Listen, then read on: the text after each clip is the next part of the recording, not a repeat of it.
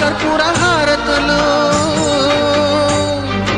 ఇన్నాళ్ళు వేచిన మా కళ్ళు ఇచ్చేను కర్పూర హారతులు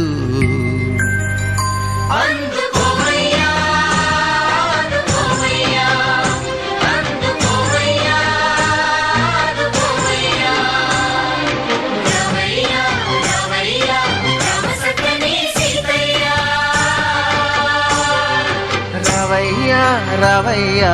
రామ సక్కని సీతయ్య